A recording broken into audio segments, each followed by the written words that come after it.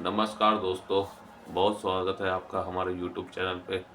मेरा नाम है केशव दत्ता। दोस्तों, आज के दिन आप बहुत अच्छा है और दोस्तों आपको गंगा स्नान की आपको बहुत बहुत शुभकामनाएं, गुरु पर्व की आपको बहुत बहुत शुभकामनाएं। तो दोस्तों आज हम पढ़ते हैं सत्यनारायण व्रत कथा। आइए स्टार्ट करते हैं हम। दोस्तों आप नए आए हैं तो प्लीज़ चैनल को सब्सक्राइब करें, लाइक करें, शेयर करें, कमेंट करें। तो दोस्तों आज ये हम शुरुआत करते हैं सत्यनारायण व्रत कथा की। आज श्री सत्यनारायण व्रत कथा प्रथम अध्याय।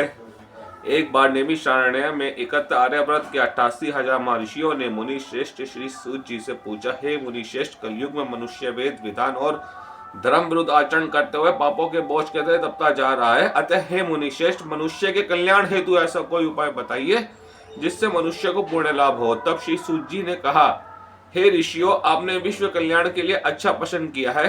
अब मैं उस मंगलकारी व्रत का वर्णन करूंगा जिसके संबंध में एक बार ब्रह्मर्षि नारद ने भी भगवान लक्ष्मी नारायण से पूछा था और उन्होंने नारद जी से जो कथा कही थी आप उसे सुने।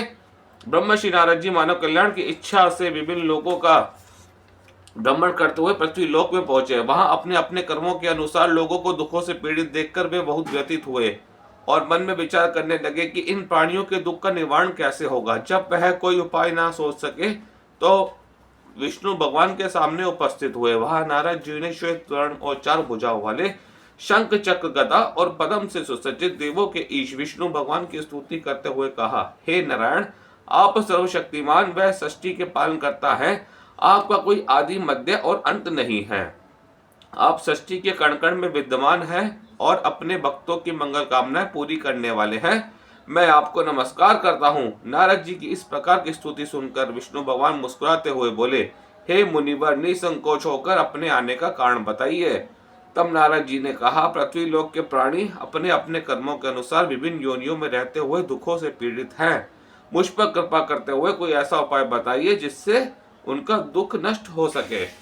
तब विष्णु भगवान ने कहा, हे नारद, अब मैं ऐसे व्रत का वर्णन करने जा रहा हूँ जिसे करने से विश्व की सभी स्त्री पुरुषों को पापों से मुक्ति मिलेगी। निर्धनता नष्ट होने से मनुष्य आनंद पूर्वक जीवन यापन करेगा। श्री सत्यनारायण भगवान के इस व्रत को करने से सभी मंगल कामनाएं पूरी होंगी। नारद जी ने जब व्रत हेतु विधि विधान की जानकारी चाही तो श्री नारायण बोले, मनसा वाचा कर्मणा से शुद्ध होकर मनुष्य भक्ति एवं श्रद्धा भाव से किसी भी दिन यह व्रत कर सकता है। निवेद आदि भक्ति भाव से अर्पित कर ब्राह्मणों को भोजन कराएं व दक्षिणा दे। इस प्रकार से सत्यनारायण की आराधना करने से सभी कष्टों को मुक्ति पाकर वह धन संपन्न व सुखी होकर आनंद पूर्वक जीवन यापन व्यतीत करता है। श्रीमन नारायण नारायण हरि हरि, स्वामी नारायण नारायण हरि हरि, श्रीमन नारायण नारायण हरि हरि हरि हरि। द्वितीय अध्याय। श्री सूत जी बोले, हे ऋषियों, अब मैं आप सबको उस निर्धन ब्राह्मण की कथा सुनाता हूँ जिसने श्री सत्यनारायण भगवान का सबसे पहले व्रत किया। प्राचीन समय में वह निर्धन ब्राह्मण काशी में रहता था।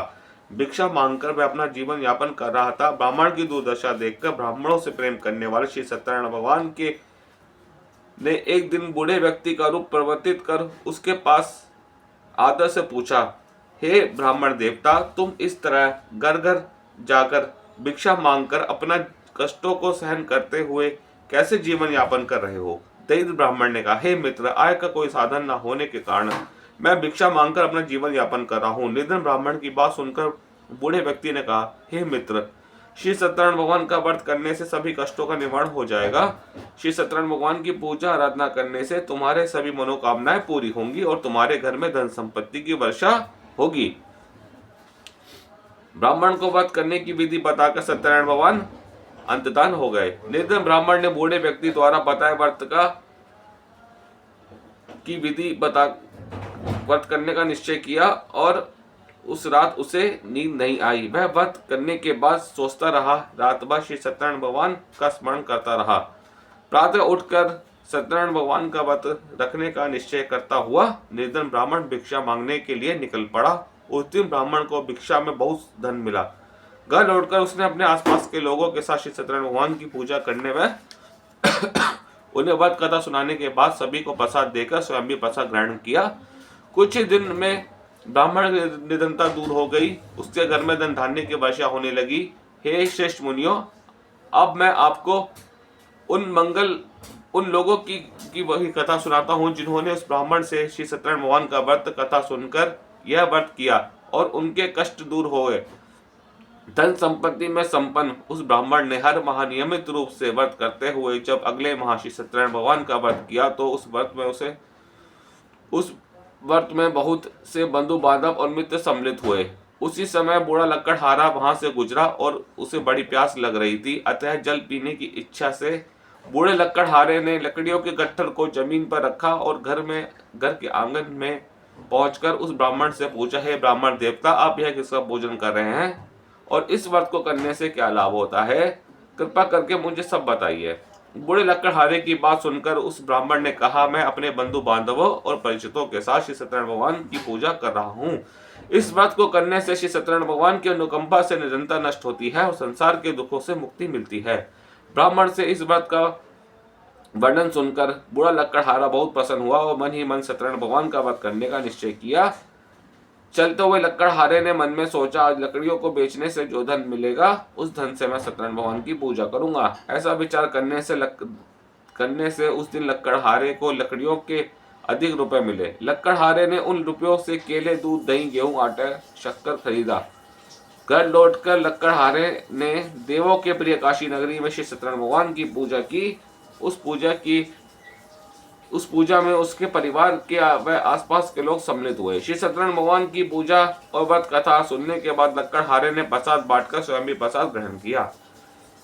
सत्यनारायण भगवान की अनुकंपा से लकड़हारे घर में धन धान्य की वर्षा होने लगी, उसकी निरंतरता दूर हो गई। श्री सत्यनारायण भगवान की पूजा करते हुए लकड़हारा आनंद पूर्वक जीवन यापन करता हुआ अंत में मोक्ष को प्राप्त कर वैकुंठ धाम को चला गया। तृतीय अध्याय। श्री सूत जी बोले, हे ऋषि मुनियों, अब मैं आपको आगे की कथा सुनाता हूँ। प्राचीन समय में कनकपुर में उल्का मुख नामक एक बुद्धिमान सत्यवादी राजा राज करता था। वह प्रतिदिन मंदिर में जाकर श्री सत्यनारायण भगवान की पूजा करता था और निर्धनों को अन्न, वस्त्र और धन दान करता था। उसकी पत्नी सुभद्रा बहुत सुशील थी। वे दोनों हर महीने श्री सत्यनारायण भगवान की व्रत करते थे। सत्यनारायण की व्रत की अनुकंपा से उनके महल में धन संपत्ति के भंडार भरे थे। उनकी सारी प्रजा बहुत आनंद से जीवन यापन कर रही थी। एक बार राजा और रानी बहुत से लोगों के साथ भद्रशील नदी के किनारे श्री सत्यनारायण भगवान की पूजा कर रहे थे तो नदी के किनारे एक बड़ी नाव आकर ठहरी। उस नाव में एक धनी व्यापारी यात्रा कर रहा था। वह बहुत सा धन कमाकर अपने नगर को लौट रहा था। उसका सारा धन उस नाव में रखा हुआ था। नाव से उतरकर व्यापारी राजा के समीप पहुंचा। राजा को पूजा करते देख उसने कहा, हे राजन, आप इन सब लोगों के साथ मिलकर किसकी पूजा कर रहे हैं और इस पूजा से मनुष्य को क्या लाभ होता है? राजा ने व्यापारी से कहा, हम हर पूर्णिमा को सत्यनारायण भगवान का व्रत करते हैं और फिर पूजा अर्चना के बाद भगवान का प्रसाद लोगों को बांटकर स्वयं भी प्रसाद ग्रहण करते हैं। सत्यनारायण भगवान की पूजा से दुखियों के सारे दुख दूर होते हैं। और राजा की बात सुनकर व्यापारी ने कहा, हे राजन, मैं भी सत्यनारायण भगवान का व्रत करना चाहता हूँ। कृपया मुझे इस व्रत को करने की विधि बताएं। राजा ने व्यापारी को सत्यनारायण भगवान व्रत की पूरी विधि बताई। राजा ने व्रत कथा सुनी और सुनने के बाद व्यापारी को भी प्रसाद दिया। श्री सत्यनारायण भगवान का स्मरण करते हुए व्यापारी ने प्रसाद ग्रहण किया और लौटकर अपनी पत्नी लीलावती से कहा, हमारी कोई संतान नहीं है। यदि सत्यनारायण भगवान की अनुकंपा से कोई संतान हुई तो मैं श्री सत्यनारायण भगवान का व्रत अवश्य करूंगा। व्यापारी के ऐसा निश्चय करने के कुछ समय बाद लीलावती गर्भवती हुई। उस 10वें महीने में उसने एक सुंदर कन्या को जन्म दिया। व्यापारी ने पुत्री जन्म पर बहुत खुशियां मनाई, लेकिन सत्यनारायण भगवान का व्रत नहीं किया। जब उसकी पत्नी लीलावती ने अपने पति से व्रत करने के लिए कहा तो बोला, अभी जल्दी क्या है, इसका विवाह होगा तो मैं अवश्य सत्यनारायण भगवान का व्रत करूंगा। अपने पति के वचन सुनकर लीलावती चुप रह गई। व्यापारी कन्या कलावती शुक्ल पक्ष के चंद्रमा की तरह बढ़ने लगी। एक दिन व्यापार में बहुत सा धन कमाकर घर लौट व्यापारी ने अपनी बेटी की सहेलियों के साथ उपवन में घूमते देखा तो उसकी विवाह की चिंता होने लगी। व्यापारी ने कलावती के लिए योग्य वर ढूंढने के लिए अपने सेवकों को दूर दूर नगरों में भेजा। व्यापारी के सेवक कंचनपुर नगर में पहुंचे। उस नगर में उन्होंने एक वणिक पुत्र को देखा। वणिक पुत्र अत्यंत ही सुंदर और गुणवान था। सेवकों ने वापस लौटकर व्यापारियों को उस वणिक पुत्र के बारे में बताया। व्यापारी उस सुंदर लड़के को देखकर बहुत प्रसन्न हुआ और कलावती का विवाह धूमधाम से उसके साथ कर दिया। दहेज में उसने वणिक पुत्र को बहुत सा धन दिया। कलावती का विवाह भी हो गया, लेकिन व्यापारी ने श्री सत्यनारायण भगवान का व्रत नहीं किया। लीलावती ने अपने पति से कहा, नाथ, आपने कलावती के विवाह पर सत्यनारायण भगवान का व्रत करने का निश्चय किया था, अब तो आपको व्रत कर लेना चाहिए। पत्नी की बात सुनकर व्यापारी ने कहा, अभी तो मैं अपने दामाद के साथ व्यापार के लिए जा रहा हूँ, व्यापार से लौटने के बाद श्री सत्यनारायण भगवान का व्रत अवश्य करूंगा। यह कहकर व्यापारी ने कई नाव में अपना सामान भरा और अपने दामाद तथा सेवकों के साथ व्यापार के लिए निकल पड़ा। उस व्यापारी द्वारा बार बार व्रत का निश्चय करने और फिर व्रत न करने से सत्यनारायण भगवान क्रोधित हो गए और व्यापारी को दंड देने का निश्चय किया। व्यापारी ने अपने दामाद के साथ रत्नासरपुर में पहुंचकर व्यापार करने लगा। एक दिन कुछ चोर महल में चोरी करके भाग रहे थे। सैनिक उसका पीछा कर रहे थे। भागते हुए चोरों ने सैनिकों से बचने के लिए चोरी का धन अवसर पाकर व्यापारी की नाव में छिपा दिया। चोरों का पीछा करते हुए सैनिक व्यापारी के पास पहुंचे। उन्होंने व्यापारी की नाव में तलाशी ली तो राजा का चोरी किया गया धन मिल गया।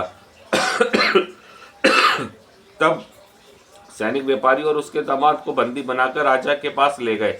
राजा ने उन दोनों को बंदी गृह में डाल दिया, उनका सारा धन ले लिया। श्री सत्यनारायण भगवान के प्रकोप से लीलावती पर मुसीबतों का पहाड़ टूट पड़ा। उसके घर में भी चोरी हो गई और चोर सारा धन चुरा कर ले गए।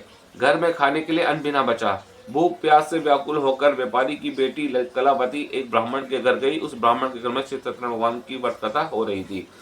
उसने भी वहां बैठकर व्रत कथा सुनी और प्रसाद दिया। घर लौटकर कलावती ने अपनी माँ लीलावती की सारी बातें बतलाई तो कलावती से श्री सत्यनारायण भगवान की व्रत कथा की बात सुनकर कलावती ने भी व्रत का निश्चय किया। अगले दिन लीलावती ने अपने परिवार और आसपास के लोगों के साथ श्री सत्यनारायण भगवान की पूजा की। पूजा के बाद सबको प्रसाद बांटकर स्वयं प्रसाद ग्रहण किया। लीलावती ने अपने पति और दामाद के घर लौटाने की मनोकामना से सत्यनारायण भगवान का व्रत किया था। लीलावती के विधि पूर्वक व्रत और प्रसाद ग्रहण करने से सत्यनारायण भगवान प्रसन्न होकर सभी उसकी मनोकामना पूरी की। उन्होंने राजा चंद्रकेतु के स्वप्न में दर्शन देकर कहा, हे राजन, व्यापारी और उसका दामाद बिल्कुल निर्दोष है। सुबह उठते ही दोनों को मुक्त कर दो, उन दोनों का सारा धन भी वापस लौटा दो। यदि तुमने ऐसा नहीं किया तो मैं तुम्हारा सारा वैभव नष्ट कर दूंगा। इतना कहकर श्री सत्यनारायण भगवान की अंतर्धान हो गए। प्रातः होते ही राजा चंद्रकेतु ने अपने मंत्रियों और राजज्योतिषियों को रात के स्वप्न की बात बताई तो सबने व्यापारी और उसके दामाद को छोड़ देने के लिए कहा। राजा चंद्रकेतु तुरंत उस व्यापारी और उसके दामाद को छोड़ दिया, उनका सारा धन भी वापस कर दिया। इस प्रकार श्री सत्यनारायण भगवान की अनुकंपा से व्यापारी और दामाद दोनों खुशी खुशी अपने नगर की ओर चल दिए। जय लक्ष्मी रम श्री सत्यनारायण जी की आरती। जय लक्ष्मी रमणा, श्री जय लक्ष्मी रमणा, सत्यनारायण स्वामी जनपातक हरणा। जय लक्ष्मी रमणा, रतन चढ़ित सिंहासन अब बुध छवि बाजे। नारद करत निराजन घंटा ध्वनि बाजे। जय लक्ष्मी रमणा, पगट भय काली करण द्विज को दर्श दियो। ब्रूढ़ो ब्राह्मण बन कर कंचन महल कियो। जय लक्ष्मी रमणा, दुर्बल बील कठारो इन पर कृपा करी। चंद चूर्ण एक राजा जिनकी विपत्ति हरी। जय लक्ष्मी रमणा, वैश्य मनोरथ पायो श्रद्धा तज दीनी। सो फल भोग्य प्रभु जी फिर स्तुति कीनी। जय लक्ष्मी रमणा, भाव भक्ति के कारण छिन छिन रूप धर्यो। श्रद्धा धारण कीनी दिन को काज सरयो। जय लक्ष्मी रमणा, ग्वाल बाल संग राजा वन में भक्ति करी, मन वंचित फल दीना दीन दयाल हरि। जय लक्ष्मी रमणा चरत प्रसाद सवायो, कदली फल मेवा धूप दीप तुलसी से राजी सत्यदेवा। जय लक्ष्मी रमणा शीश सत्यनारायण की आरती जो कोई नर गावे, कहत शिवानंद स्वामी मन मंचित फल पावे। जय लक्ष्मी रमणा।